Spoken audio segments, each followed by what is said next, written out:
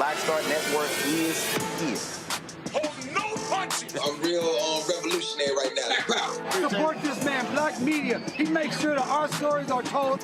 Thank you for being the voice of Black America, Roland. Stay black. I love y'all. All momentum we have now, we have to keep this going. The video looks phenomenal. See, this difference between Black Star Network and Black-owned media and something like CNN. You can't be Black-owned media and be scared. It's time to be smart. Bring your eyeballs home. You dig?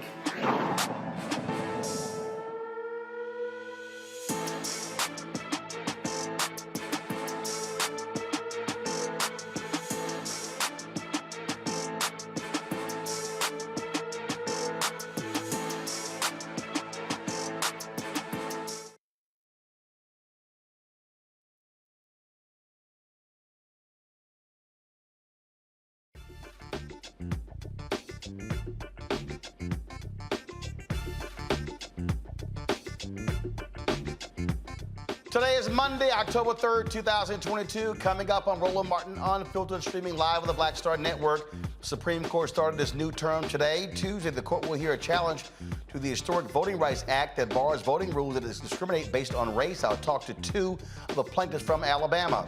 A black federal judge ruled Georgia election practices challenged by a group associated with Democrat Stacey Abrams do not violate voters' constitutional rights. Some folks are in their feelings about Vice President Kamala Harris saying the government's Hurricane Ian relief should prioritize communities of color who've always gotten the short end of the stick when getting relief funds. We'll break it down for you because she's not lying. The California high school football team season is over because some of the players thought it would be funny to hold a slave auction. Good. And California is the first state to ensure creative content cannot be used against the creator in a court of law, essentially rap lyrics. And also, Mark Levin. Remember on Friday I said that he called me out saying I would never invite him on the show to debate him? Well, being the punk he is, he hasn't responded to requests to appear on our show.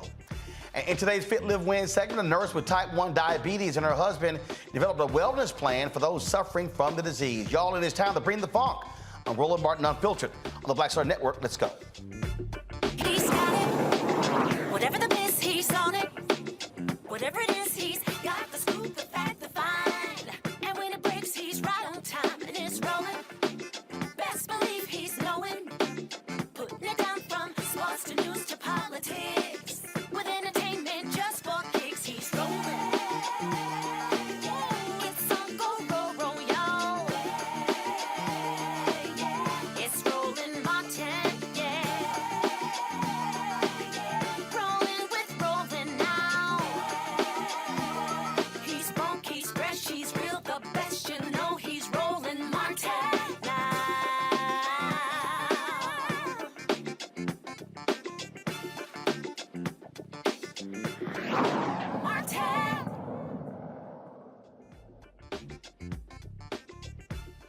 Alabama is 27% black. They should have 2 congressional seats, but the Supreme Court put a stop to that being enacted for November midterm elections. They are going to take up a challenge to the Voting Rights Act that could very well determine whether or not provide a death knell, if you will, to the 1965 Voting Rights Act. Tomorrow, they're going to hear court arguments on the constitutionality of Alabama's Republican-drawn congressional map. A lower court, again, agreed that the redrawn congressional map violated the 1965 Voting Rights Act law by having only one district where black voters make up the majority. The Supreme Court removed a provision of the Voting Rights Act and permitted the Justice Department to check election laws in states with a history of racial discrimination. The court will look at a similar voting rights case in North Carolina and also Louisiana in the upcoming weeks, where there should be, the lower courts rule there should be a second majority black district in Louisiana, and as a third African-American. Joining us now is Kadia Stone, CREST Programs Coordinator and a grassroots community organizer for the Alabama Institute for Social Justice, and Shalay Ladaude, hopefully I got that right, a crowd fellow with the Southern Coalition on Social Justice. Glad to have both of you here. So let's break this down. The crazy thing is the court's rule, well, the Supreme Court stopped it. Then it was like, oh, there's not enough time to actually redo the districts. Well, we know that's a lie. Same thing in Louisiana. And so when you look at Alabama, 27% of the state population, you look at Louisiana, a third of the state African-American as well. And what Alabama has done, the Republicans, they basically packed all the black people into one district, one congressional seat. And without the VRA, the courts will simply allow Republicans to keep doing that. And what it does is it actually lessens black voting power because you're diluting it by putting them all in one district. You are absolutely right.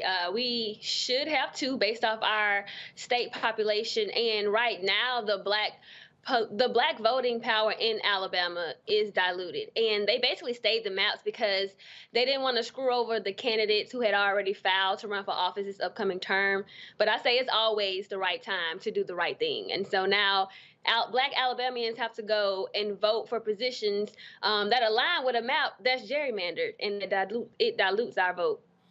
And look, well, their strategy is real simple. They want to help white Republicans. And so it's called packing and cracking, and Republicans love to complain about Supreme Court packing, but they got no problem packing black folks in one district to help white Republicans continue to win by diluting the strength of black voters.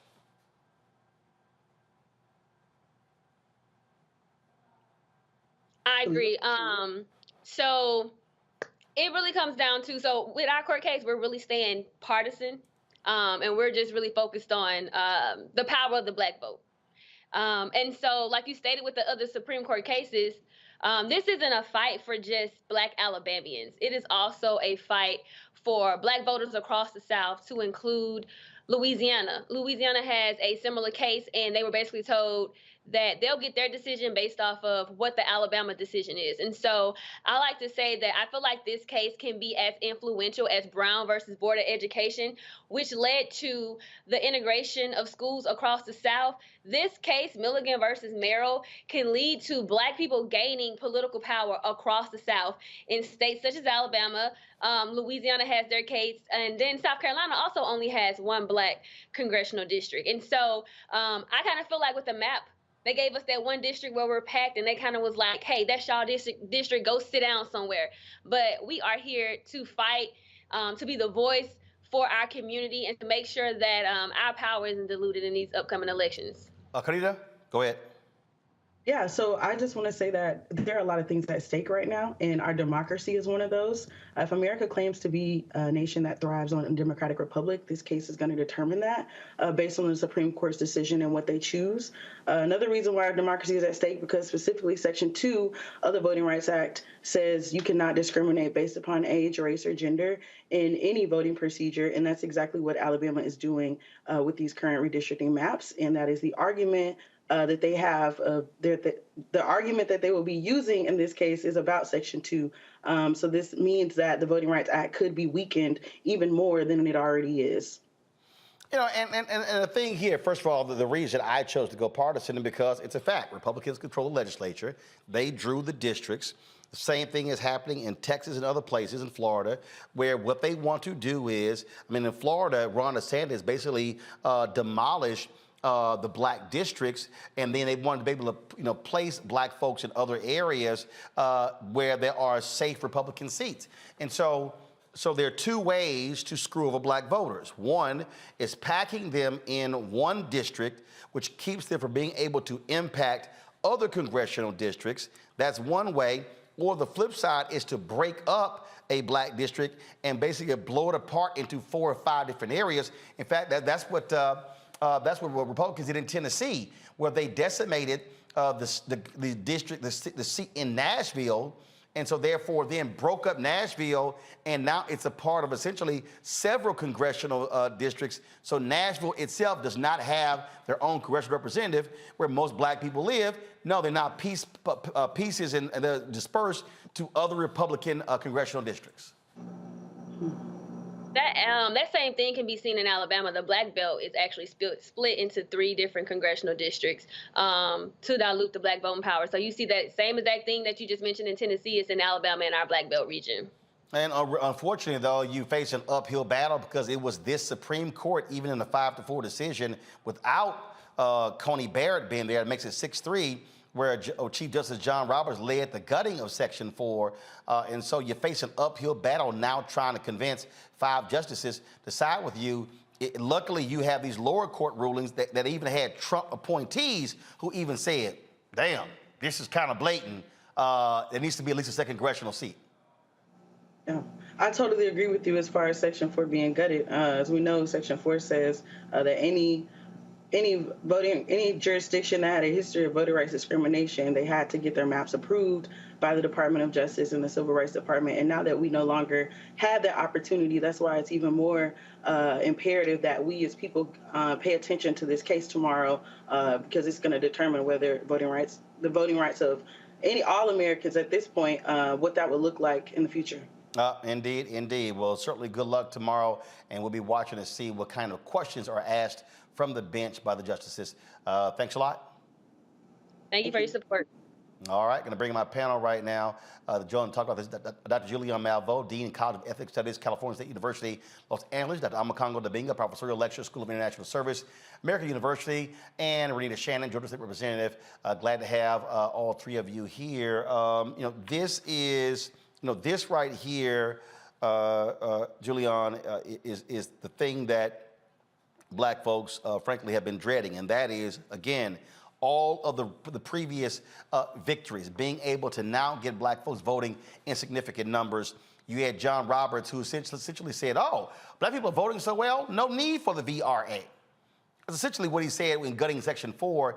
You have the attack on Section 2 from the Supreme Court case out of Arizona. Now you have this here. Now we're talking about representation. There are 58 members of the Congressional Black Caucus right now. You're able to get that seat in Louisiana, that seat in Alabama. That now goes to 60, and that is the largest caucus out of all caucuses on the Democratic side. And so this is a direct attack on Black power. Absolutely. These people are afraid. This is fear of a Black planet. These people are simply afraid of Black collective power. And Terry Sewell is the only representative in Alabama. She is the only, I think she may be the only Democrat, but she holds it up. She's the only person, yes, she is the only person in her delegation who supported restoring Section 5.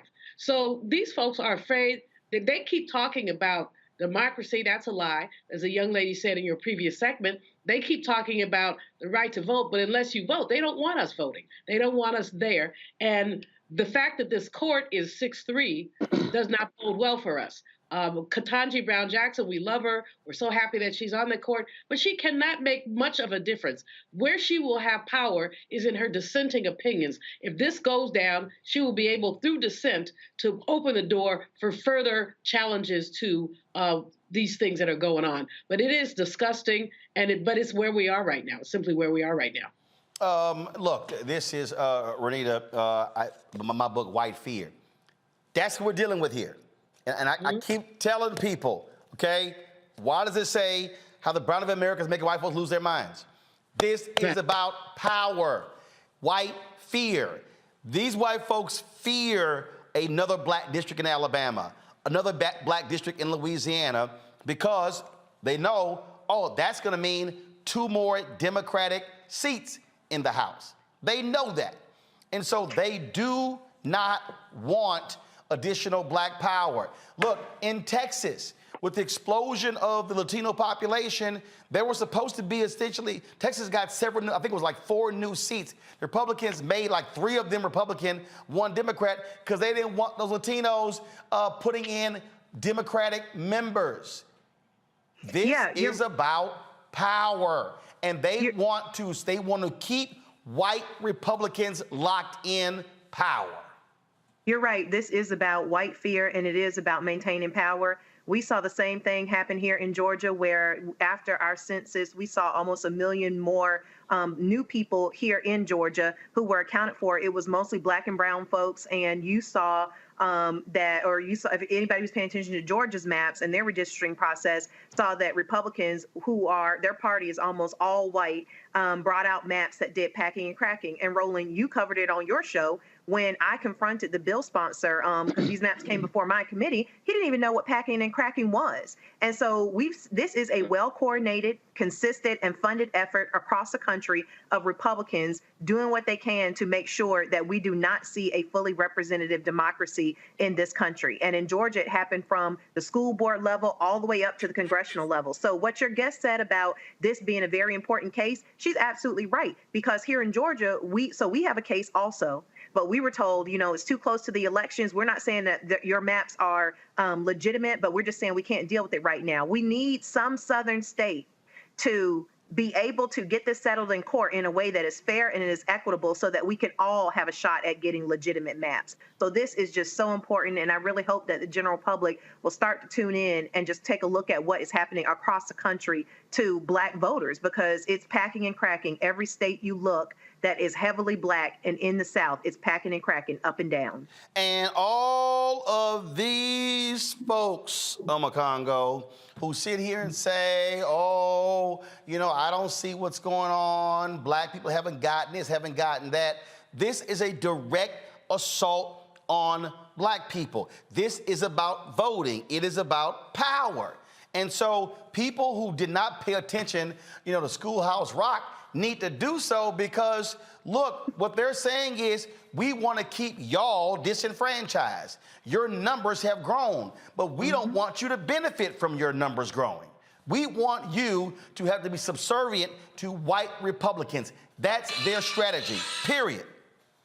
Most definitely. And the thing that you said in your segment, which was really powerful, you as well as your guest, you talked about how this is a national issue that everybody needs to be paying attention to. And we know these other networks are not paying enough attention to it. And that's why this election coming up is so important, because as Chuck Schumer said, he gets 2 more senators. He's able to bring up the voting rights legislation that we've been trying to get, that Manchin and Sinema sold us out on. And these types of issues will be the direct target of that type of legislation. So really, at the end of the day, we can't just look at Alabama as an isolated case. We can't look at Georgia or Louisiana as isolated cases. These are the prime examples of what happened when those Voting Rights Act provisions got gutted. We're seeing it firsthand. And you said this pretty much every single day. You say it online, Roland, every single day.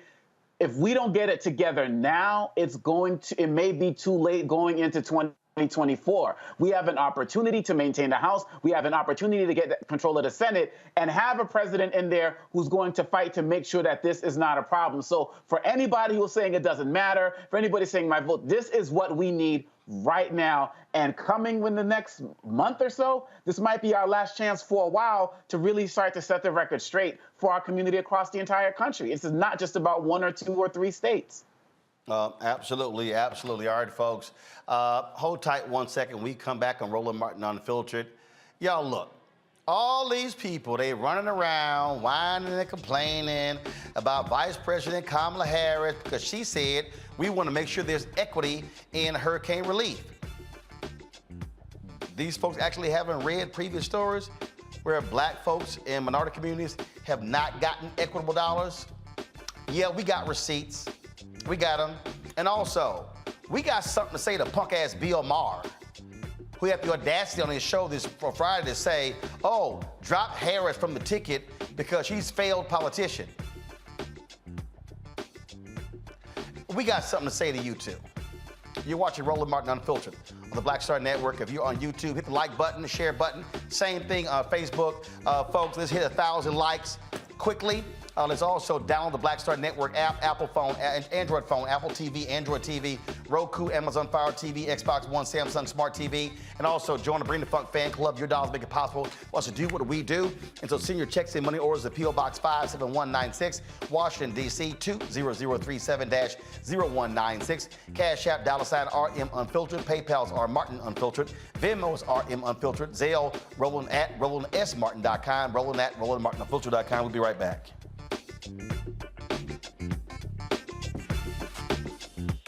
When we invest in ourselves, our glow, our vision, our vibe, we all shine. Together, we are Black beyond measure.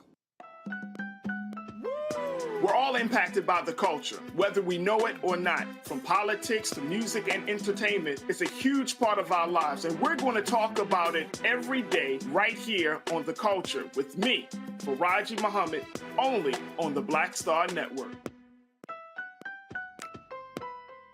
Pull up a chair, take your seat at the Black Table with me, Dr. Greg Carr, here on the Black Star Network. Every week, we'll take a deeper dive into the world we're living in. Join the conversation only on the Black Star Network. When we invest in ourselves, we all shine. Together, we are Black beyond measure. What's up, what's up? I'm Dr. Ricky Dillard, the choir master. Hey, yo, Peace World, what's going on? It's the Love King of R&B, Raheem Devon, and you're watching Roland Martin, Unfiltered.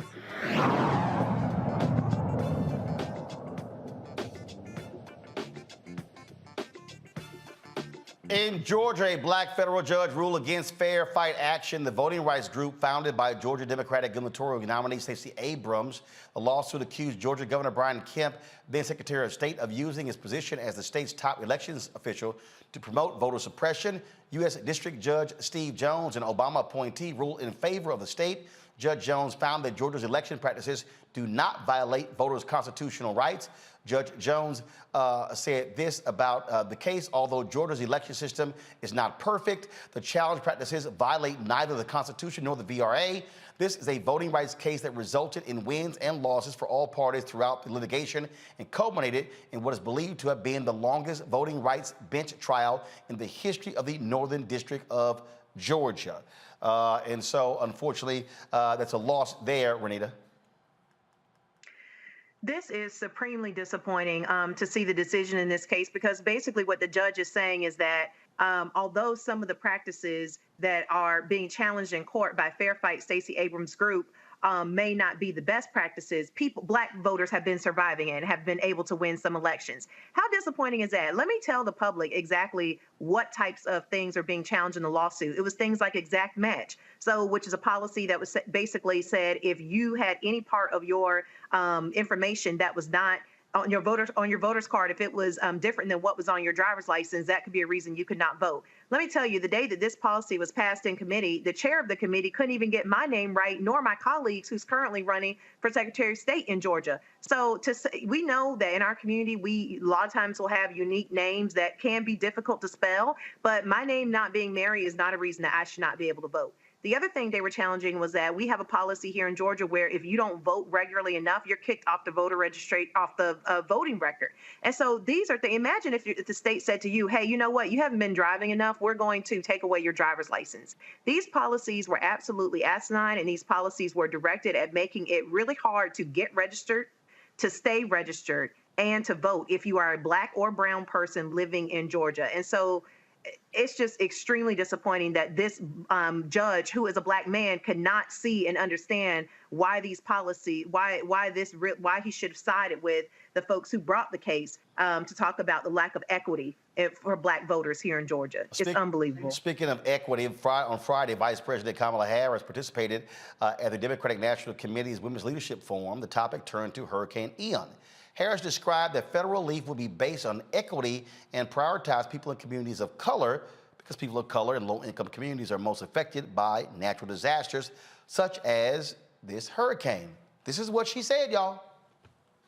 I know we are all thinking about the families in Florida, in Puerto Rico, with Fiona, and what we need to do to help them in terms of an immediate response and aid, but also what we need to do to help restore communities and build communities back up in a way that they can be resilient, not to mention adapt to these extreme weather conditions, which are part of the future.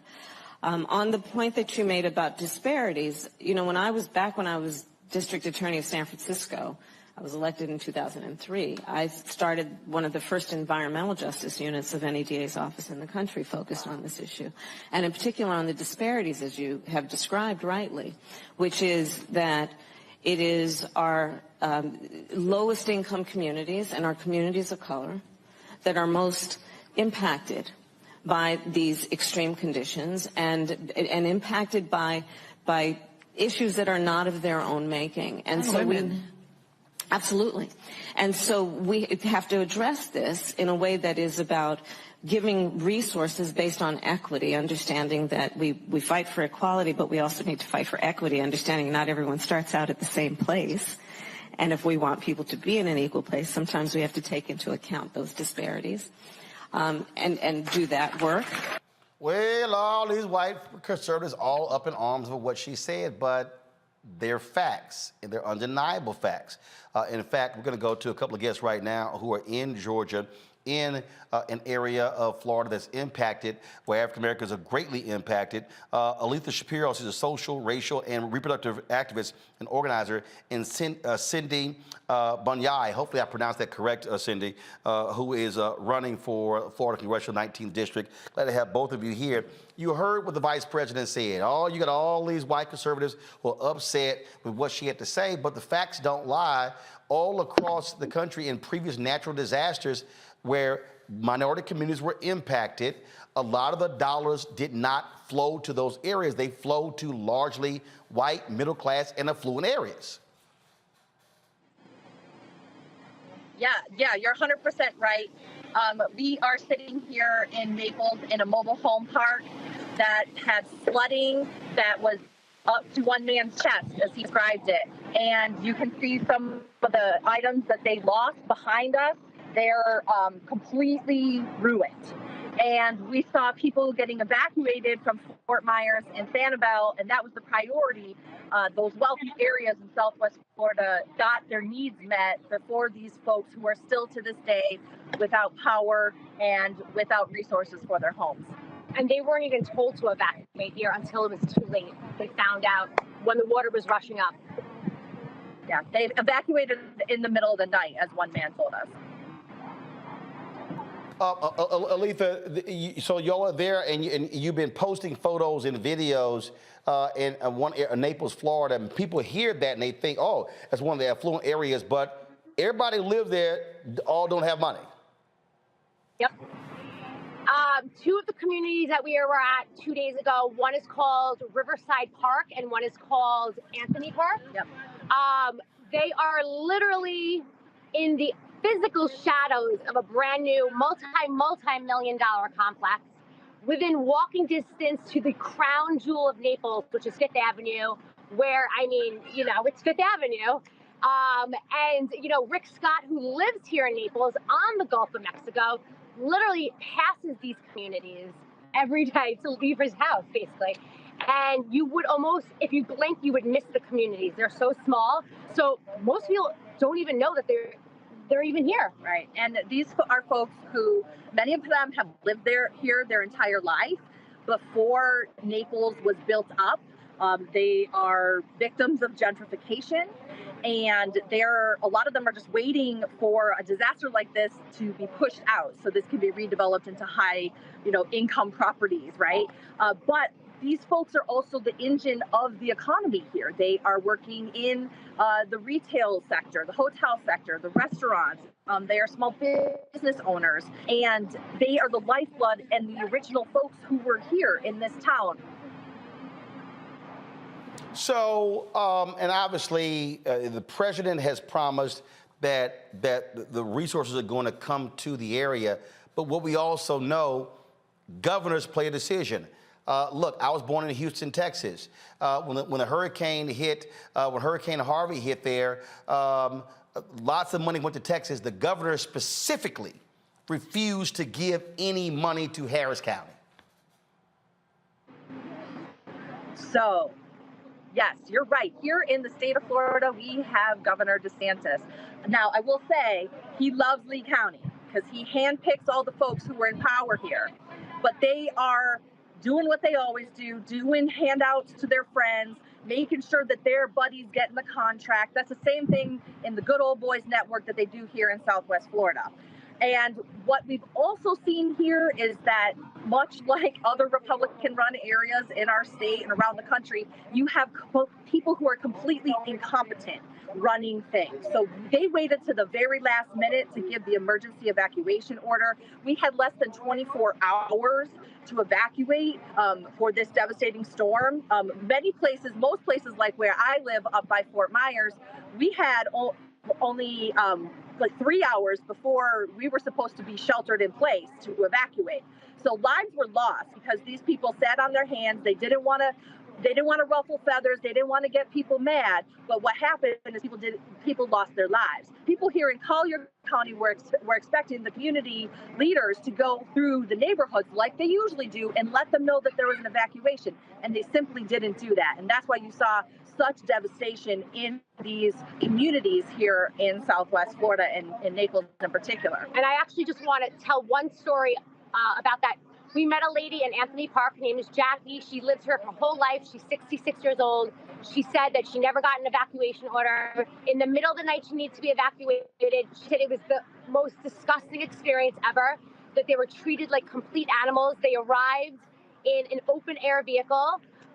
They were shuffled in, a bunch of elderly people with rain. You know, the hurricane was coming down on them. And then they were basically dropped off in the mall parking lot that was covered, and they left with no information. They were freezing, they were wet, they were terrified. There's a hurricane going out right outside where they're watching. They had no Wi-Fi, no access. They were stranded there. She said she's never been treated so horrible in her life. And this woman, she lost everything. Yeah. And she just paid off all her furniture, her new floors. And what do you even say? Lifetime of work for her. And that's been very common, the situation. And part of it is that the resources that are here right now have been focused on that search and recovery, focused on the islands, which predominantly are where the wealthier folks live.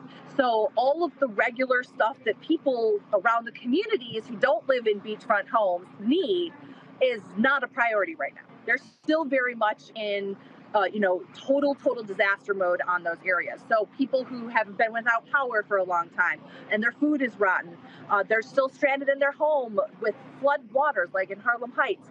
Those folks are getting some attention, but it's from the community. It's from organizations. It's from people like Aletha and our friends here who raised money to get out and get funds. And we're going door to door and we're setting pop-up shops for supplies all over the community, because there are places that there have literally been nothing up until now. Until we showed up. Right. They said, nobody's been here. Nobody. Not until you came. Nobody has helped us.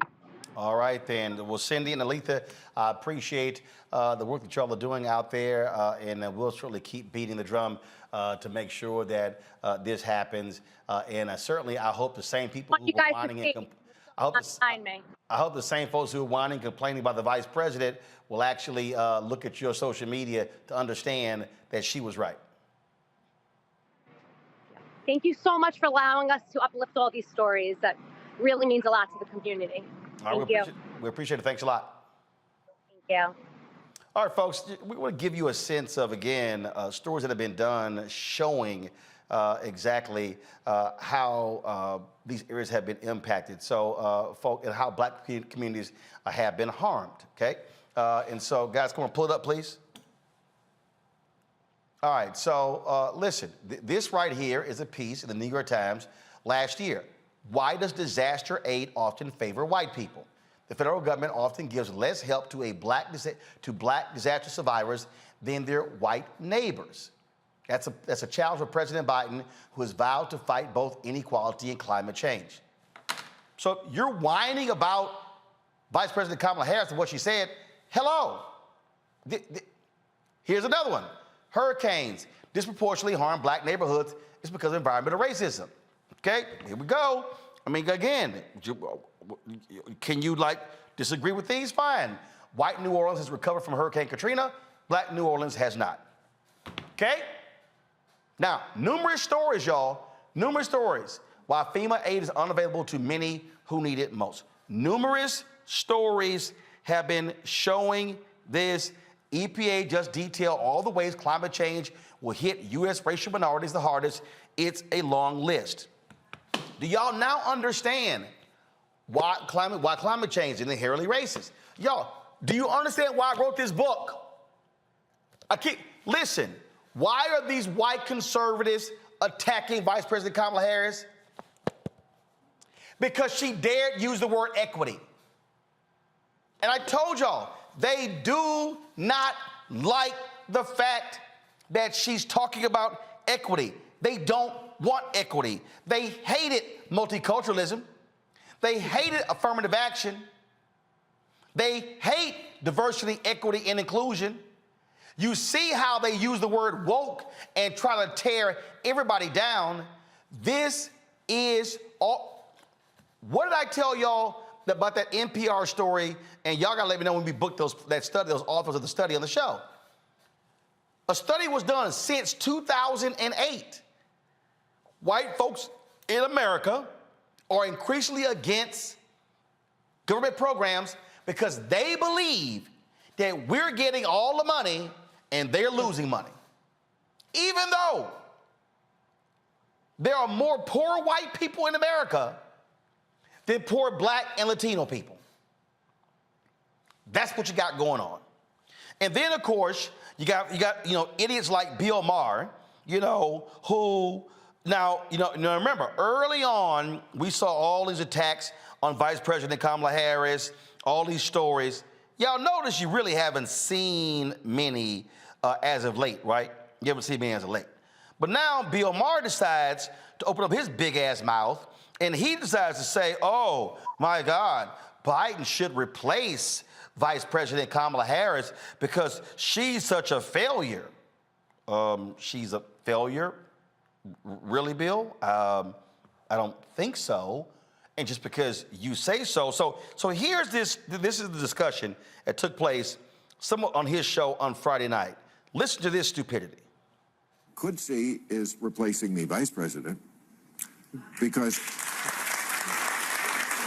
she's not very popular anywhere. And it didn't seem to work out.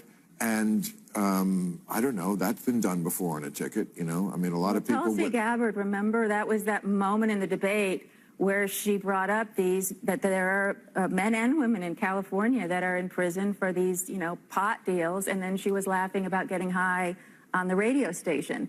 And it was just like Tulsi Gabbard was like this heat-seeking missile. That was the end of it. She's got a lot of, in addition to being, for some reason, an off-putting person, she also has, I think, a lot of baggage that probably wouldn't do well under a lot of scrutiny. I just think she's a bad politician, and I think she's a very bright person, but I don't know, but I can see them doing that, because a lot of the problem with Biden being old is, if he dies, then, you're going to get this person. Okay, so here's the problem with the Democratic Party. They're so boxed in by identity politics that you cannot conceive of a Democratic ticket that doesn't have a woman, person of color on it, and pretty soon you're going to line up behind that gay, Latino, and you're going to have, a deaf Eskimo be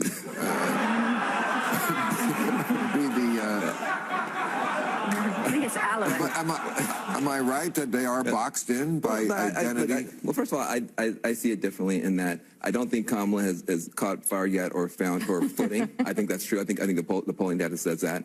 But I don't think that she would be a weight on the ticket. What I will say is this. You talk about identity politics.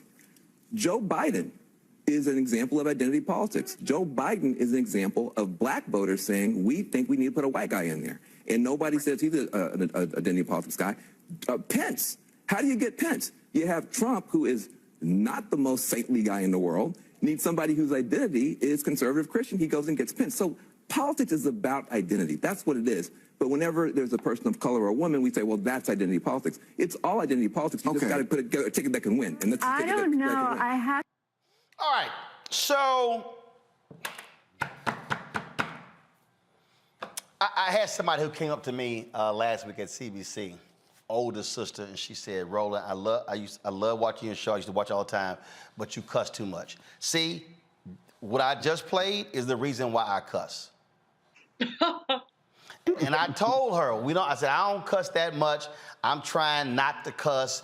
But that bullshit is why it will make you cuss. That crap right there. And Van was nice to him. Van was real nice to him. First of all, the little white woman,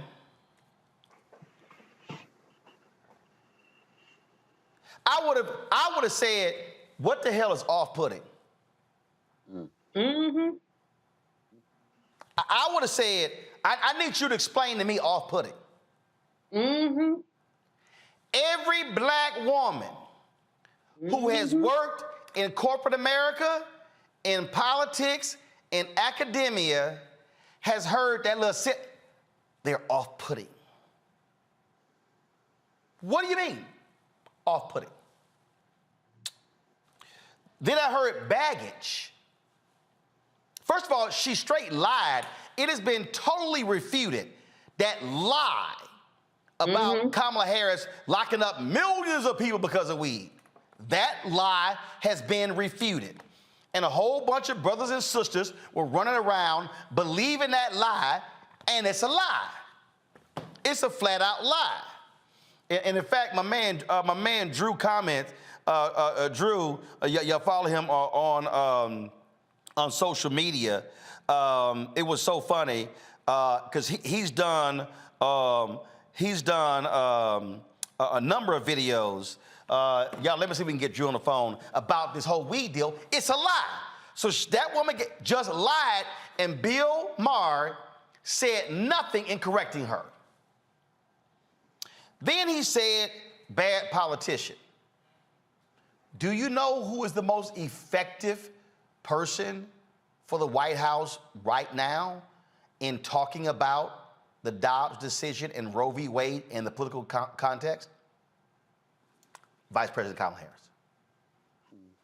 Do you know who played a significant role in pushing Biden on the student loan debt relief? Vice President Harris. Now, did she have a rocky first year? Of course. Of course. But y'all notice all of the Harris's awful stories, y'all notice how they just disappeared. But see, this is how folk like Bill Maher throw this kind of crap out. But now let me get to the crust of what I want to deal with. Bill Maher said, the Democrats have boxed themselves in by identity politics. This is the favorite phrase of white liberal / progressive men like Bill Maher. Because these white men don't like the fact that they no longer are plan A, plan B, plan C, and plan D. Let me say it again. White fear ain't just about white conservatives. White fear is also about white liberals, white progressives, because the operative word is white. Do y'all want to know who is really afraid of black and Latinos getting numbers increasing?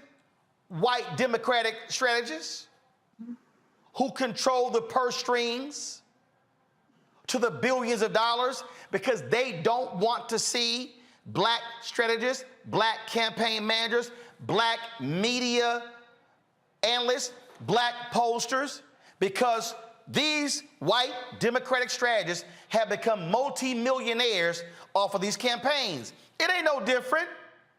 Y'all don't get confused about what's going on here. So what Bill Maher says here, they're getting boxed in by identity politics. Bill Maher refuses to recognize that whiteness is identity politics. Hey, Bill Maher, since you're scared to invite me back on your show, the only time I got invited was October 2014 and killed, but y'all a little scared to invite a brother back. What are soccer moms? Renita, can you just tell me, when we hit the phrase soccer moms, who are they talking about? White women, and that is identity politics. I'm a Congo. When you hear NASCAR dads, who are they talking about? Talking about white men. Julian, when you hear the phrase the working class, is it actually conjuring up Black and Latino workers? No, you're talking about the white boy with a lunch bucket. Precisely. Precisely.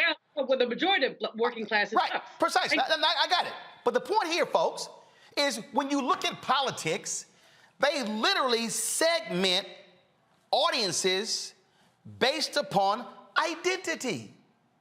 Do y'all actually think for a second they only do it when it comes to Black and Latino folks? And you heard Bill Maher, well, next up, they're going to be lining up the gay and Latino, I forgot the little dismissive comment that he used.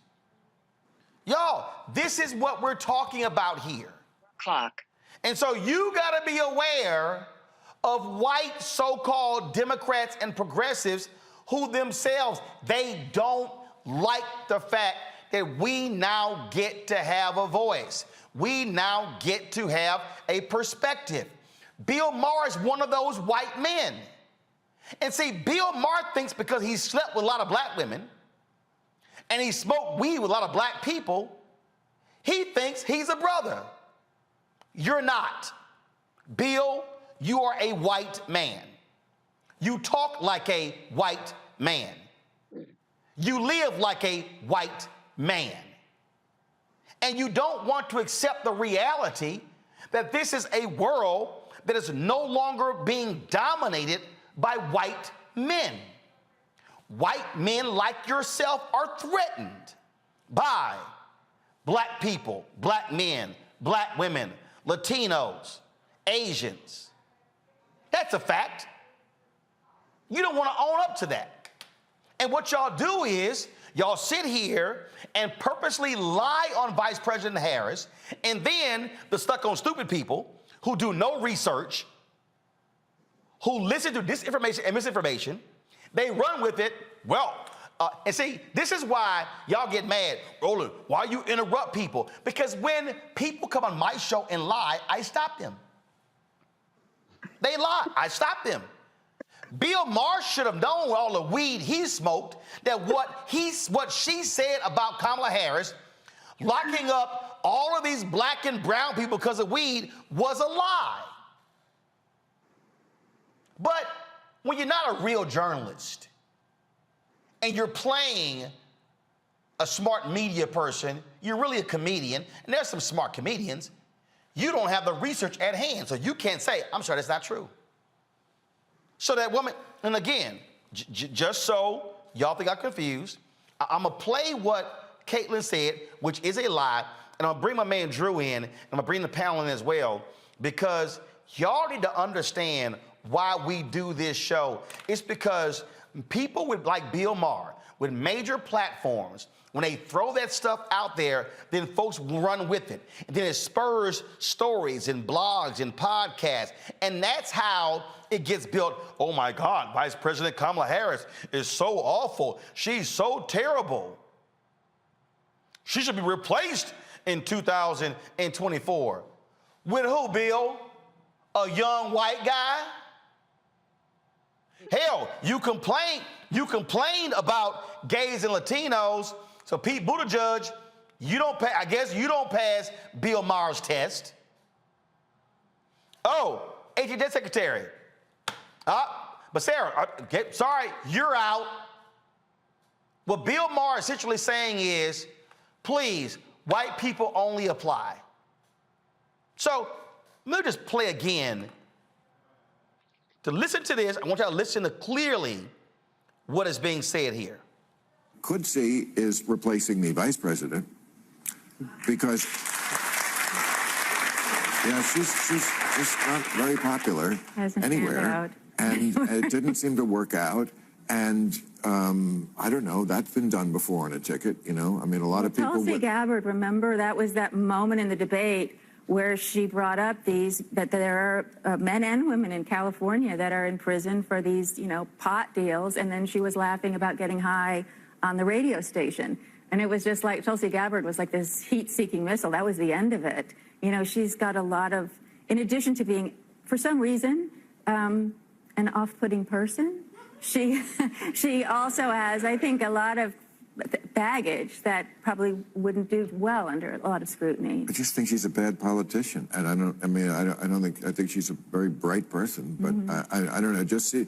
But I can see them doing that because a lot of the problem with Biden being old is, oh, if he dies, then you're going to get this person. Okay, so here's the problem with the Democratic Party. They're so boxed in by identity politics that you cannot conceive of a Democratic ticket that doesn't have a woman, person of color on it, and pretty soon you're going to line up behind that gay, Latino, and you're going to have, a deaf Eskimo.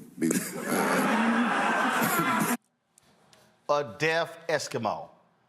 What that is a white man making fun of the fact that you have more than qualified black, Latino, women, and gay candidates, but for Bill Maher, hey, only white straight men need apply.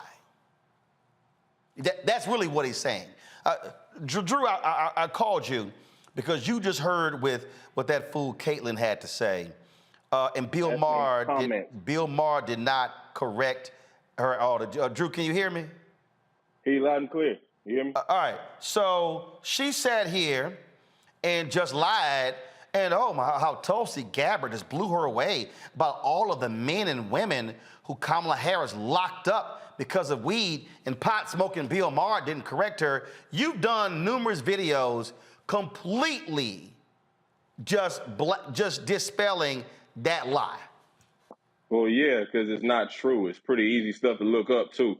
The moment with Tulsi Gabbard, it's easy to be loud and wrong. But in the moment, when people can't fact check you in real time and make you seem like you know what you're talking about. But the fact of the matter is everything that she said was an outright lie.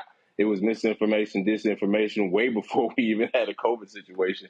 But Kamala Harris literally is the opposite of what that. She did not lock up a bunch of black people for weed. As a matter of fact, when she became San Francisco DA, over the length of time of her DA reign, the admissions for state prison marijuana imprisonment fell 66% over her predecessor. Like the last guy locked up 135 people to state prison when marijuana was the most serious charge. Over the same amount of time, Kamala Harris locked up only 45. So that's a drop. Even when she became Attorney General, same thing. First of all, Attorney Generals don't even prosecute marijuana cases. I say it all the time. That'd be like the CEO of Target ringing you up on aisle 3. That ain't gonna happen. But even then, even during that time, the actual imprisonment for marijuana fell during her time as AG. So this mythical time that she was locking people up for weed, we ain't seen it in real life. But y'all got some good imaginations, though. And I've learned that. Well, and again, when people like this go on national shows and repeat the lie, and no one corrects the lie, then somebody watching goes, well, there it is. She was horrible. She was sick, but she was a cop. And she was just locking people up and just throwing the key away. And then the black folks ran with it. Oh, she locked up all these brothers. She didn't care about brothers. She didn't care about sisters. Or they took one case and said, oh, that represented all the cases. And folks were simply lying. And that's what Bill Maher calls baggage. Yeah, baggage. Yeah, that's funny. Now, we call it now. Now you said I'm knee deep in the debunking the misinformation on COVID vaccines game. We call it disinformation, and we call it just very dangerous, to be honest with you, man. Like when something goes out long enough and nobody's there to correct it, it can gain so much traction. People really start to believe it, and so they don't even know the fact that Kamala Harris is one of the original pioneers of something called restorative justice with her Back on Track program in San Francisco, to where instead of getting people locked up for something like, I don't know, a little bit of weed or 2 grams of crack, you give them jobs, you give them employment training, job readiness training, you give them education so they get their GED, you help them with their credit, parental training, and so on and so forth, rather than putting them in prison cells just because they were trying to sell some drugs so they could make some money to feed their family. So it's the misinformation game definitely is something that it's dangerous. It's lucrative for the people who know how to capitalize on it, but it definitely is dangerous in the overall perception of public health and public policy. All right, Drew, I appreciate it, man. Thanks for jumping on real quick. I appreciate it. Appreciate it, everybody. Get vaccinated, get boosted. We're done. All right, thanks a bunch. Bringing my panel here, Juliana Amakongo, Renita. It really pisses me off. It pisses me off when I watch this stuff. When I listen to this nonsense, and again, I've been saying this for years. President meets with black pastors, but when they white, he meets with pastors. President meets with Latino leaders, but when it's a room full of white CEOs, he meets with CEOs. Identity politics includes white people. But what Bill Maher chose to do is he chose to weaponize that, and then he sounds exactly like Republicans, Julian, in attacking Democrats, and what he is operating with his white, male, nationalistic view. How dare Democrats elevate women, elevate men? And what's so stupid is she literally, this is what is so stupid to me. How much of a dumbass Bill Maher. One non-white president. One in American history. One non-male vice president. Any women been vice president before? Any? So she the first female vice president, right? So you got one. Oh, Lord. The house is we might as well demolish the house. Oh, Lord. One woman got in. How dare, oh, Lord, can't call 911. That's literally what this fool is saying. Julian, go ahead. Well, you know, that whole segment was objectionable to me for any number of reasons. First of all, that off-putting thing. I'm supposed to be off-putting. I'm, you know, whatever. I can be a little bit much. But off-putting, I mean, that's a bit much to say. I mean, it's a generic, I'm not comfortable with black women. That's really what's being said. That's all that is. Black women. Then that little, Bill Maher is supposed to be some kind of a, okay, I'm a curse since you don't anymore, half-assed comedian. He's supposed to be a comedian, but nothing he said was funny. The whole notion of a deaf Eskimo, that's demeaning to differently abled people, is demeaning to a minority group in this country, people who represent one of our largest states. I mean, that bit is not funny. It simply is not funny. But he seems to get, he is pushing all the identity politics buttons for white people. He's a white boy, like you said, slept with enough black women that he thinks that racial identity rubs off. In bed, it does not.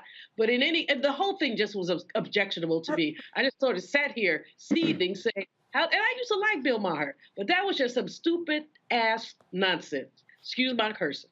The thing here, Omakongo, again, we know who his audience is. And again, when I talk about white fear, how the browning of America is making white folks lose their minds, we've got to stop acting like, oh, it's just those white Republicans. No, there are white Democrats, white progressives. Oh, they're in Hollywood. They're in corporate America. They can't stand the fact that they now have to post jobs. They can't stand the fact that in some cases they gonna have some black bosses. And oh, hell no, don't let me have a Latino boss. We are seeing this. Whiteness has always defined America, and what they don't like, when one gets in, it's like, damn, the whole world's going to pot. So, and if I was on the show, I would say, okay, Bill, since you criticize having a woman and having a black Latino, well, fine. Who your top three choices? He probably would have named 3 white men, 3 white straight men. Go ahead, Omakongo. Well, I think you've been talking a lot about your book tonight, and one of the things you lay out in the book is you talk about the fact that there's a history-long trajectory of white people feeling like, okay, we've done enough for you. And an example you gave in the book was of the Tilden Hayes Compromise. When people saw all of the gains coming out of Reconstruction and going into 1877 when they pulled the federal troops out of the South, and that ushered in Jim Crow. A lot of that had to do with the fact that, well, you guys have gotten enough. And we see that now. I think the difference, a lot of us used to like Bill Maher. And so Dr. Malvo was saying, we started to see a difference after Obama got in office. The mindset started to change. You talk about it in your book when you talk about Dr. King going to Chicago and realizing that that was probably one of the most racist cities he's ever been in, because people who were, in Chicago weren't as progressive as people thought that they were. And so really at the end of the day, Bill Maher is in line with that. The fact of the matter is, he says that Vice President Harris is not a good politician. Excuse me, she was a senator in a state that's not majority black. So what is he talking about, really, at the end of the day? And the role of the vice president is to put out the agenda of the president. So she's doing exactly what she's supposed to be doing and more, because she's been more vocal in her role than Biden was when he was under Obama, as relates to speaking out heavily about these social justice issues. And she's definitely more vocal than Mike Pence was. So really, at the end of the day, this dude is mad, he's angry, and he's really just sees black women in a particular light and is not ready for them to actually have real power and to manifest itself. And Van Jones, you should have challenged him on his points as well. Well, and Renee, that particular point that Oma Congo makes there in terms of how often she's been out there, that is the point. One of the reasons people trash her is because she's been more public and more vocal than any previous vice president. And so she has a larger target. Most VPs out of sight, out of mind. Biden was, Pence was, we could keep going back, Gore was. And so Biden has provided her a much larger platform. I mean, look, Saturday night at the Congressional Black Caucus Foundation dinner, she spoke and he spoke. I have attended the CBCF Phoenix Awards dinner for years. Julian, you have as well. I cannot remember ever where the president spoke and his vice president spoke before him. Now, people can say, well, that's because she's a black female. Okay, but he could have easily said, you the VP, sit down there, you can attend, but I'm speaking. No, he shares the stage. That's a part of this whole deal. But again, folk like Bill Maher, like a lot of white men, there they go. They picked that black woman up there, and oh my gosh, she's horrible. We need to replace her. No, it's exactly like you said. And the reality is most people cannot even remember the name of previous vice presidents. You know why? Because all they have done is pretty much been in place in case something happens to the president. She has been more active, and that is why people do know her name. But to your point, Bill Maher just makes a case of something that I always say, which is racism is bipartisan. And people need to realize that there is a segment of white people within the Democratic Party who also have a fear of replacement theory, just like white conservatives do. And they are thinking about replacement theory of black folks becoming the posters, the strategists, and almost exclusively the candidates. But the DNC can listen to Bill Maher if they want to, but they will be learning some uncomfortable lessons, because we have seen ticket after ticket where you put up two white straight men and Democrats lose. So what people like Bill Maher have to realize is that this is a black party. And the reason why I say that is because when you look at who consistently votes for Democrats, it's black women first, and then black men are number two. So if you want to win elections, you have to invest in black voters. You have to have black candidates who will speak to black issues in order to get what is the majority of your base energized and ready to go and ready to vote. And until the Democratic Party does that, we will be losing elections. Man, and damn, for Bill Maher, oh my, it's so sad when people might want to see themselves reflected in political office. But see, for him, he's upset because he sees what's coming. And that's fewer white men being in control. That's a fact, Bill, whether you want to accept it or not. Folks, got to go to a break. We come back, more on Roland Martin Unfiltered, the Black Star Network, including our Black and Missing. We also have our Fit, Live, Win segment as well. Lots more to cover. Please, folks, support us in what we do. Download the Black Star Network app, Apple phone, Android phone, Apple TV, Android TV, Roku, Amazon Fire TV, Xbox One, Samsung Smart TV. Join our Bring the Funk fan club. Of course, send your check and money orders at P.O. Box 57196, Washington, D.C. 20037-0196. Cash App, $RM Unfiltered, PayPal, R Martin Unfiltered, Venmo's RM Unfiltered, Zelle, Roland at RolandSMartin.com, Roland at RolandMartinUnfiltered.com. If you're on YouTube, if you're on Facebook, Twitch, all the platforms, hit that like button. Okay, we should be at 1,000 right now. This don't make any sense, y'all. And get your copy of White Fear, How the Browning of America is Making White Folks Lose Their Minds. You can get the book on all platforms from the publisher Ben Bella Books, Amazon, Barnes & Noble, IndieBound, Bookshop, Chapters, Books A Million, Target.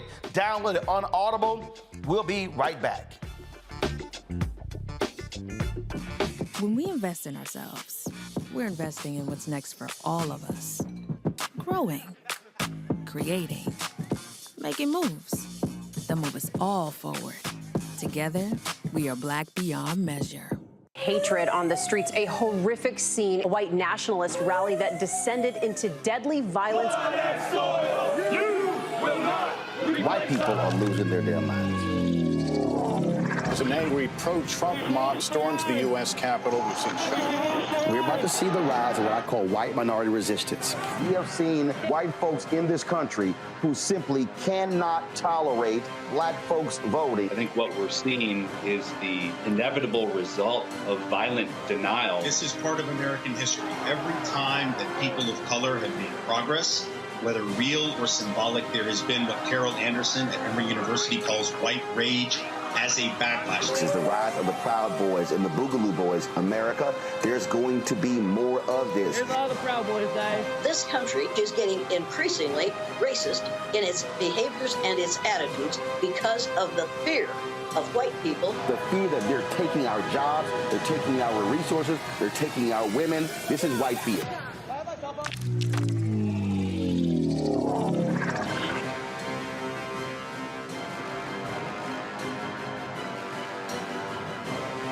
When we invest in ourselves, we all shine. Together, we are Black beyond measure.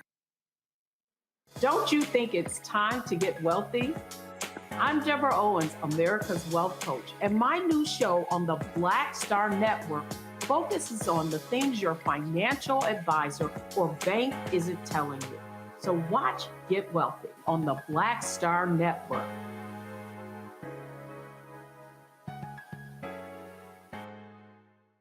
Hi, I'm Vivian Green. Hi, this is Essence Atkins. Hey everybody, this is your man Fred Hammond, and you're watching Roland Martin, my man, Unfiltered.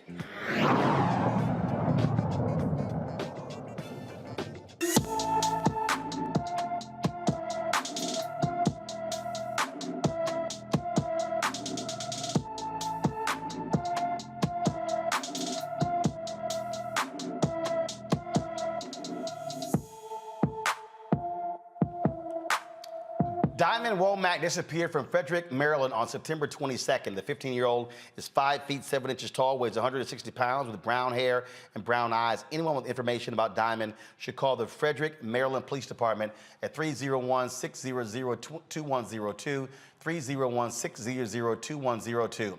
Folks, in California, a high school football team season gets canceled after a video of some players conducting a slave auction goes viral. Watch this.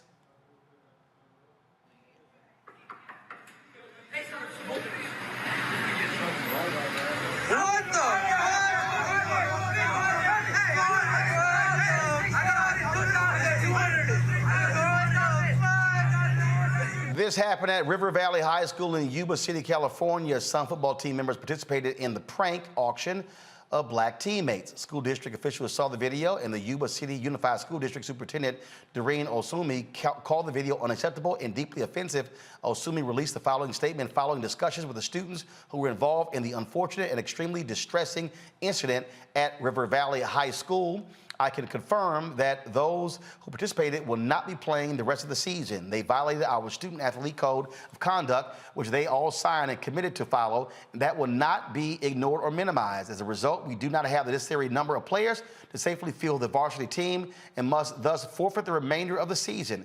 The junior varsity team will continue with their season, and sophomores and juniors from the varsity team can join the junior varsity team to finish their season. Reenacting a slave sale as a prank tells us that we have a great deal of work to do with our students so they can distinguish between intent and impact. They may have thought this skit was funny, but it is not. It is unacceptable and requires us to look honestly and deeply at issues of systemic racism.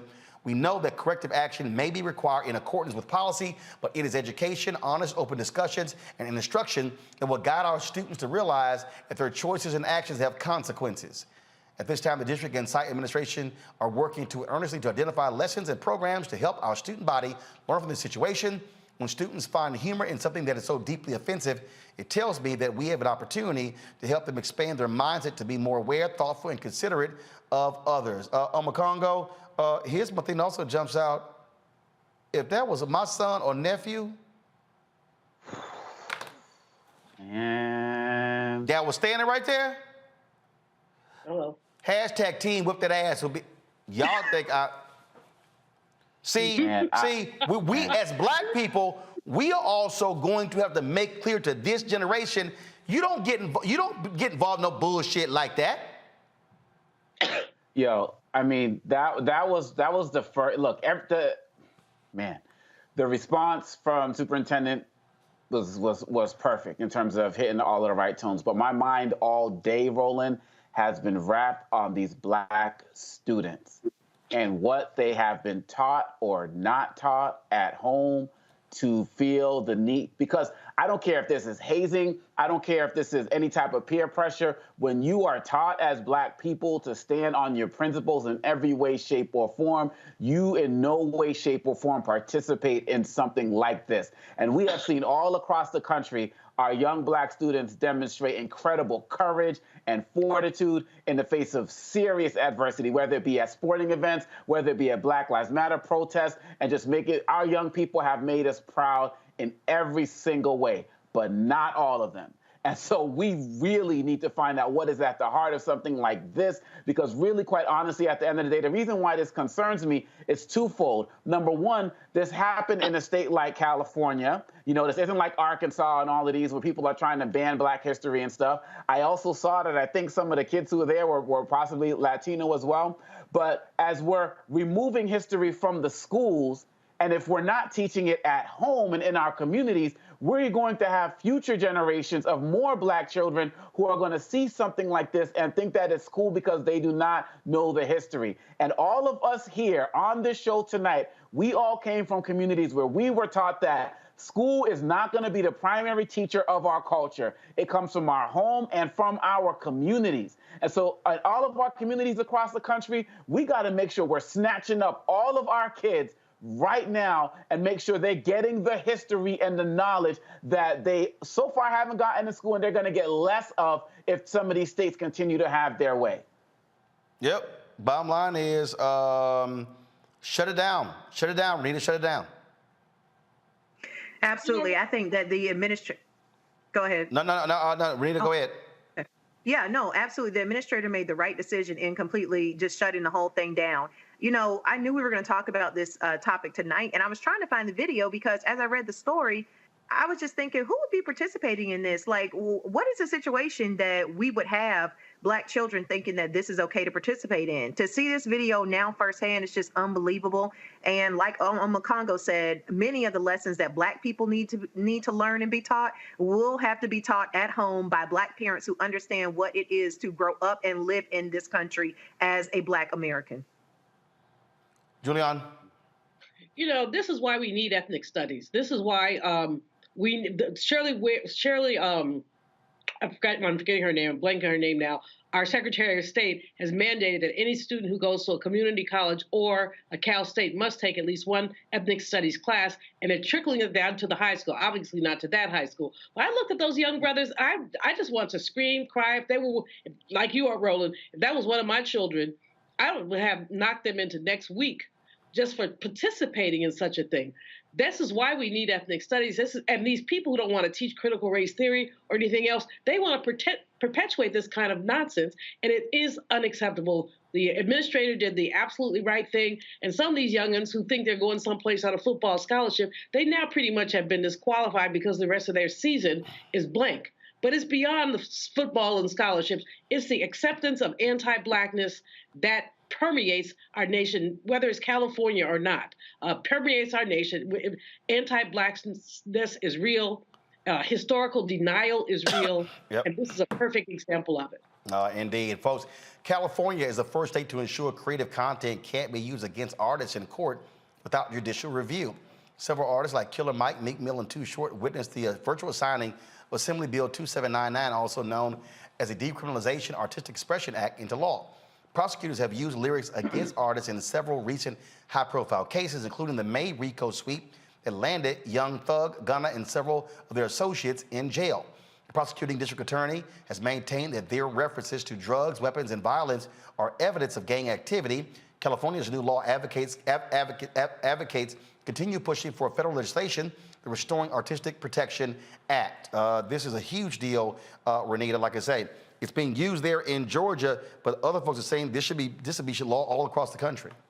Absolutely. And I'm glad to see that California is taking this first step, because what you tend to see is the law is applied in a very racist way. You brought up how, the local prosecutor here, Fonnie Willis, who's also trying to prosecute Trump for election meddling, also recently indicted YSL and said their rap lyrics were a lot of the evidence that was presented as to why she believed they had committed crimes. But here's the thing that I always think about. There is in it, you almost see this against Black rappers, and we have seen this even since the 80s, where rap lyrics are taken as evidence, but you never see this applied to the white boys. If you Google gore metal or death metal, you will find a genre of music that basically talks about in detail horrific killings of folks and supports cannibalism and all kinds of just gross details that really sound like people who have actually murdered people in the way that they are describing these murders. And these folks are never prosecuted. So this is just one of those things where it's like anti-Blackness in this country is so high that even things that are historically a part of our culture, which is hip hop, you can see prosecuted pretty much just for it being a part of the culture. Congo. Look, as a rapper myself, I wouldn't want people using my lyrics. I remixed a Biggie song, and I started out as I sit back, relax, read a book, watch the press. I think about the world leaders that I'd like to X. Like, I don't want people coming at me and saying I was trying to assassinate folks. These are just songs. And going off of what Renita is saying, my thoughts are twofold.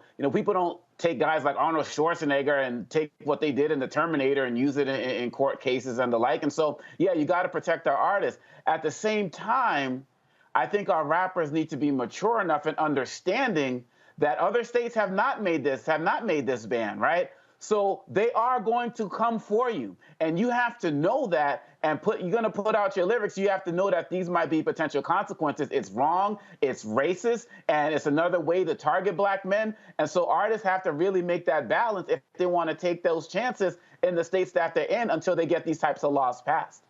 All right, folks. You know what? Let me do this here. Let me go to a break. We come back. Yo, I love driving white conservatives crazy. And poller Mark Levin was just beside himself on Friday after I moderated the voting panel at Congressional Black Caucus Foundation, ALC. He went on a 12-minute rant on his show and said I would never invite him to my show. Well, somebody called me that night, and I did. They ain't responded in 3 days. Hit Dog Will Holler. I'm gonna play some of that for you and talk about on the flip side. Plus, we're gonna talk about in our Fit, Live, Win segment, a woman who battled type 1 diabetes. She's trying to help others as well. You're watching Roland Martin Unfiltered on the Black Star Network. YouTube folks, hit the damn like button. More than 2,000 of y'all just hit the button. It ain't that hard. Like, move on. If you're gonna comment, hit the like button, all right? I wanna see 1,100 by the time we come back from this break. Back in a moment. When we invest in ourselves, we all shine. Together, we are Black beyond measure. I've always said this, rather than to continue to fight for a fair piece of the pie and the equal slice of the pie, I want my hand on the knife that cuts the pie. And to that extent, who bakes the pie and who puts it in? And that's one of the things that got me involved in going into politics in the first instance. I'm tired of people making decisions for me. Right. And mine. I want to be a part of that decision-making process. And luckily, it has paid off in terms of seeing the progress that many people in America have made, particularly people of color. One thing bothers me now that we seem to be losing that. Right. By saying that we've got to be more concerned with other people than those people who were here. We built America.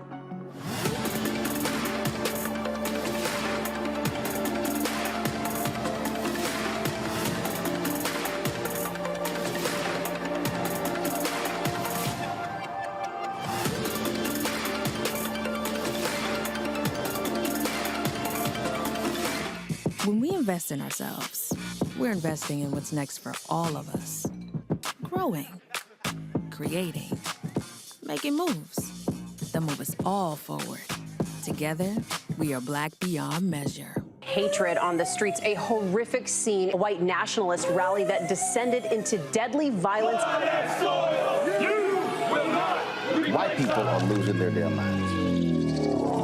As an angry pro-Trump mob storms the U.S. Capitol, We're about to see the rise of what I call white minority resistance. We have seen white folks in this country who simply cannot tolerate black folks voting. I think what we're seeing is the inevitable result of violent denial. This is part of American history. Every time that people of color have made progress, whether real or symbolic, there has been what Carol Anderson at Emory University calls white rage as a backlash. This is the rise of the Proud Boys and the Boogaloo Boys. America, there's going to be more of this. Here's all the Proud Boys, guys. This country is getting increasingly racist in its behaviors and its attitudes because of the fear of white people. The fear that they're taking our jobs, they're taking our resources, they're taking our women. This is white fear.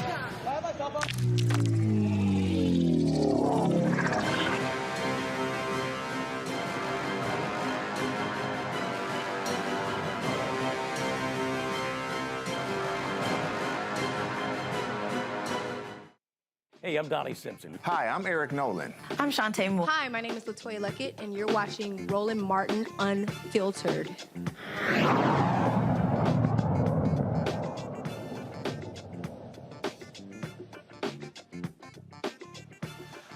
Oh, white conservative radio talk show host Mark Levin was beside himself because we dared to speak the truth about voting rights in this country. On his show Friday, he was just losing his mind, ranting and raving about me and Maya Wiley. Listen to this fool. So the party that believes in democracy doesn't even care or comprehend that we're not a democracy, that we're a republic, a constitutional republic. Not a democracy. And the framers were very clear about that. You cannot have a majority vote on whether you have unalienable rights or whether natural law exists or whether your individual liberty should be expanded or shrunk. That's just voting. Voting is certainly an important aspect of a republic, but it's not the end-all and be-all. Freedom is. Any civil society. And so we have Maya Wiley, civil rights activist at the Congressional Black Caucus Foundation, Voting Rights Forum today, and Roland Martin. So you see, when they say they believe in democracy, they don't even believe in our Constitution. Let me just say this briefly before I get to this. They oppose the Electoral College. They oppose the filibuster, which really is the defining process in the United States Senate. They attack the founding, which means they attack the Constitution, which followed the founding. They attack separation of powers. They attack the Supreme Court. They want to pack it. They've tried multiple times through their history. They do not believe in this system. They wanted to pass a national voting system that would have violated at least 3 provisions of the Constitution. And this is what I'm talking about. They do not believe in freedom of speech, certainly not yours. They do not believe in the free exercise of religion, as they try and not only exclude it from the public square, but exclude it, period, depending on if you want to make... I can't listen to... They don't believe in the founding. Slavery? Sorry, Mark. We don't believe in slavery. Excuse us that we don't just exalt the slave-holding founders. Excuse us if we ain't all hyped about the 3-5 compromise. They don't believe in religion. Mark, black folks more religious than y'all. Hell, we had to believe in Jesus just to deal with you Jim Crow racists. He going on and on and on about they don't believe in this and all. We not a democracy. We a republic. They don't believe in the Constitution.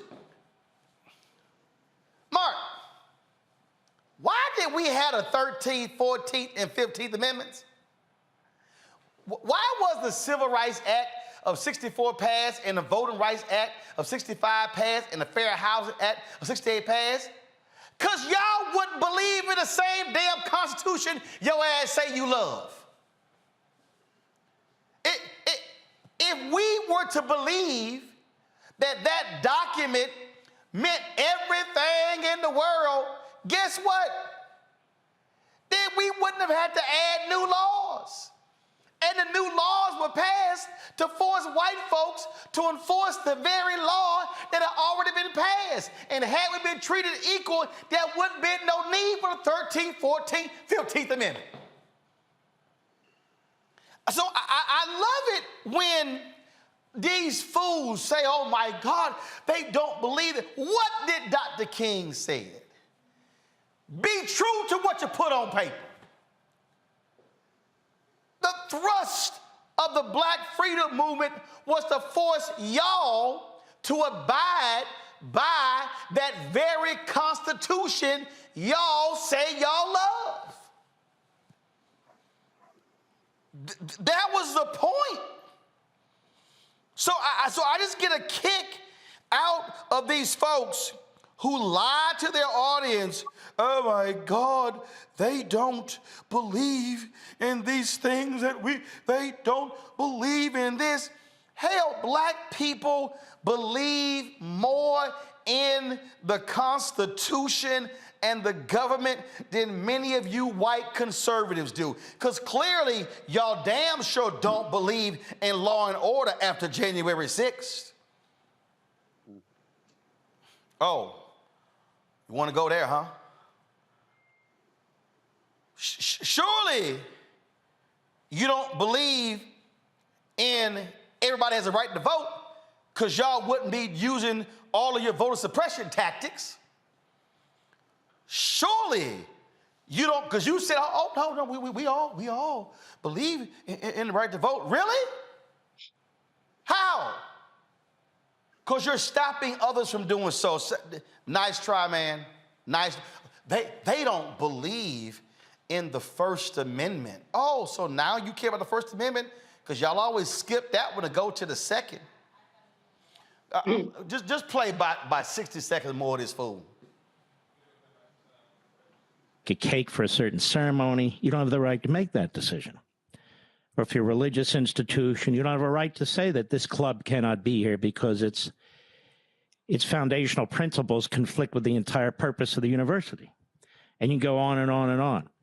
They do not believe in your Second Amendment rights, the right to bear arms. In many cases, they do not believe. They do not believe in due process rights. They do not believe in probable cause in many cases as they continue to surveil citizens and collect data about you. And of course, federalism, the 10th Amendment, is out the window, except that they want to wave it around from time to time to advance a cause. We don't believe in probable cause? Hell, we the reason you got that in the boy. Y'all are some desperate, crazy people. You know what, Mark? Let me just go ahead and play a little something for you. You might remember this, since you talk about the Constitution. You might remember that was a black woman from Texas, the first black woman from the South, elected since Reconstruction, named Barbara Jordan, Texas Southern University graduate. Let me go ahead and let her explain to you how we feel about the Constitution. James Madison again at the Constitutional Convention. A president is impeachable if he attempts to subvert the Constitution. The Constitution charges the president with the task of taking care that the laws be faithfully executed. And yet, now, that was a lot of Constitution she was saying. That was a whole lot I heard right there from her about the Constitution. You know, but the one you say we don't believe in. Yeah, I heard that. But I love what she said at the beginning. I love this. Go ahead. The purpose of general debate, not to exceed a period of 15 minutes. Thank you, Mr. Chairman. Mr. Jordan. Mr. Chairman, I join my colleague, Mr. Rangel, in thanking you for giving the junior members of this committee the glorious opportunity of sharing the pain of this inquiry. Mr. Chairman, you are a strong man, and it has not been easy, but we have tried as best we can to give you as much assistance as possible. Earlier today, we heard the beginning of the preamble to the Constitution of the United States. We the people. It's a very eloquent beginning. But when that document was completed on the 17th of September in 1787, I was not included in that we the people. You hear that, Mark? We were not included in we the people. Continue. I felt somehow for many years that George Washington and Alexander Hamilton just left me out by mistake. But through the process of amendment, interpretation, and court decision, I have finally been included in we the people. See, Mark, this is really why you so mad. Because we now get to speak. We now got to actually sit in the convention center that black people were barred from in the past. It drives you crazy that white police officers no longer dominate the Washington, D.C. police force, where they used to get those racists from Virginia and West Virginia who did so. See, I know it was just killing you that we actually get to have our own opinion, and the cameras of C-SPAN were there to broadcast it, and we were streaming it on Black Star Network, owned by yours truly. See, I know it must pain you when we actually get now to own stuff and we get to actually use the First Amendment. So it's a little hard to say we don't like the First Amendment when we're actually using the First Amendment, which is why you were commenting. I digress. Today I am an inquisitor, and hyperbole would not be fictional and would not overstate the solemnness that I feel right now. My faith in the Constitution is whole, it is complete, it is total.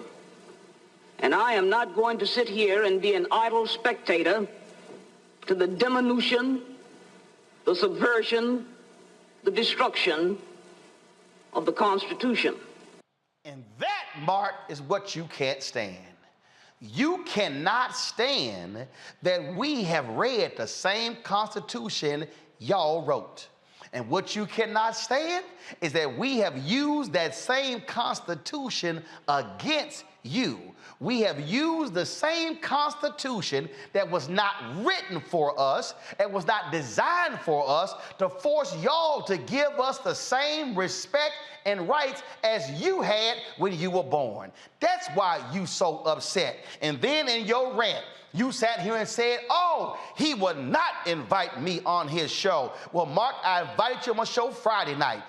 Ain't heard from you Saturday or Sunday or Monday. Did so on Twitter. A producer reached out. Y'all ain't said nothing. Because you know why? Because your little weak ass didn't think I was actually going to do it.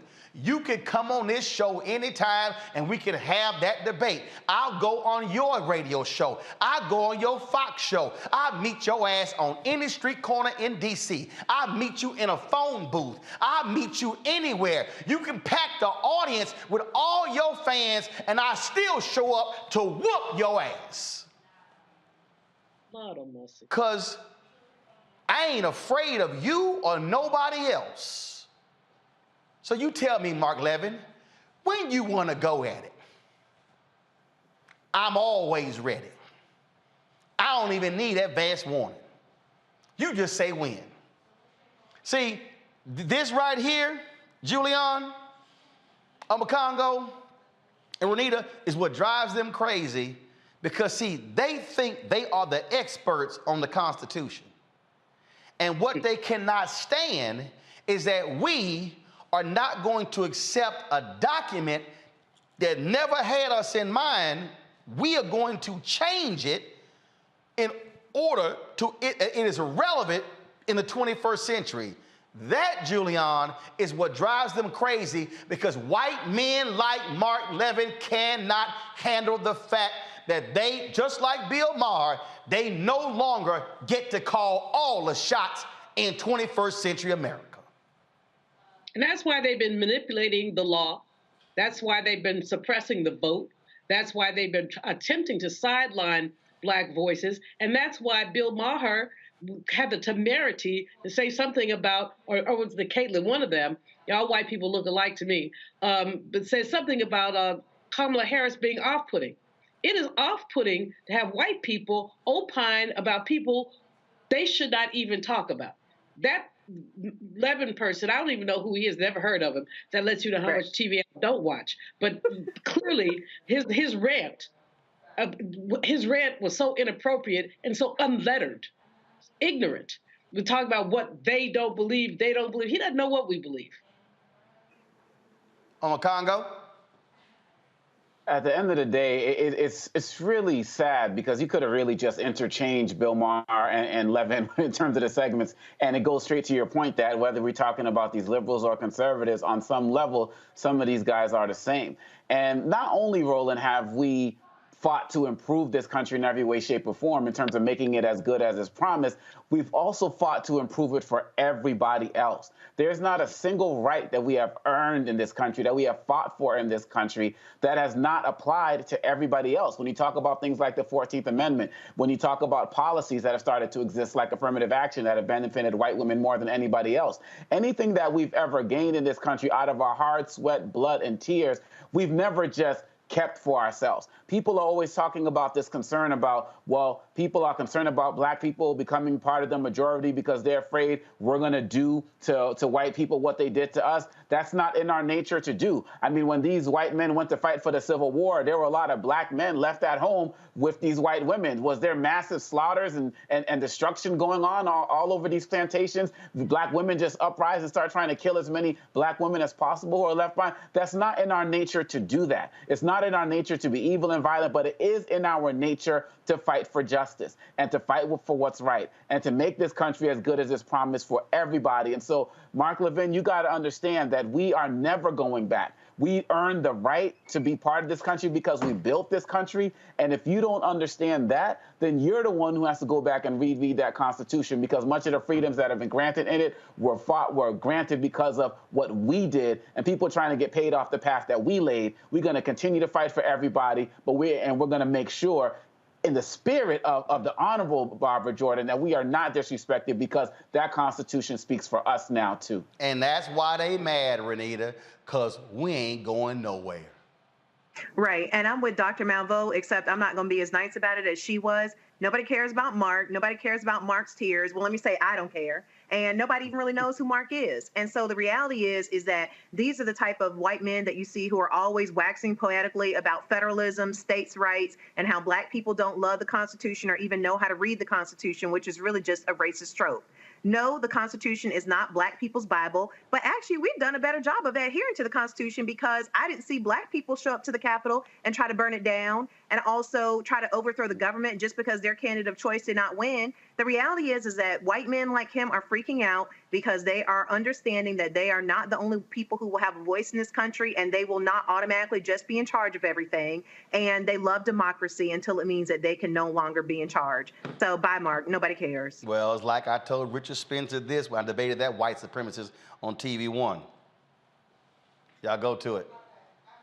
Tell you you've got to prepare yourself. You've dealt with a bunch of guilt-ridden, silly whites all your life, and we are waking up. We are recognizing who we are, and we see an amazing future. Hey, Richard, so you better get ready. I'm telling you right now, Richard, here's the deal. 1619, 20-odd Africans arrived, Fort Comfort, Virginia, okay? 1619, 397 years ago. Trust me, we're resilient. We're not going anywhere. And I'm going to tell you right here, and as my frat brother Vertner Woodson Tandy said, 1937, we will fight until hell freezes over, and then we will fight on the ice. You better go work out, because you got a fight on your hands. Thanks a bunch. That's same for you, Mark Levin. I'll be back in a moment.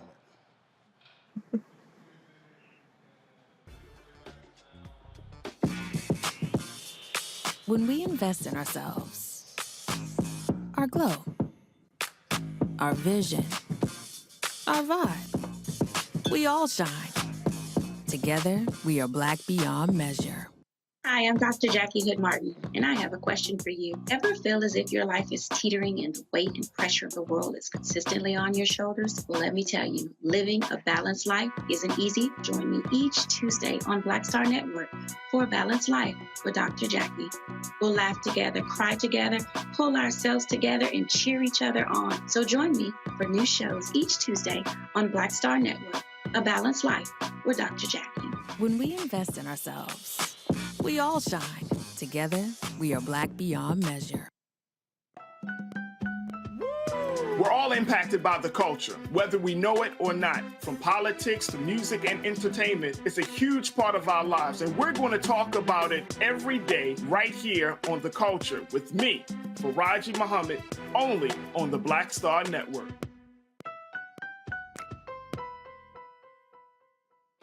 Hey, I'm Antonique Smith. Hello, everyone. It's Kiara Sheard. Hey, I'm Taj. I'm Coco. And I'm Lily. And we're SWV. What's up, y'all? It's Ryan Destiny, and you're watching Roland Martin Unfiltered.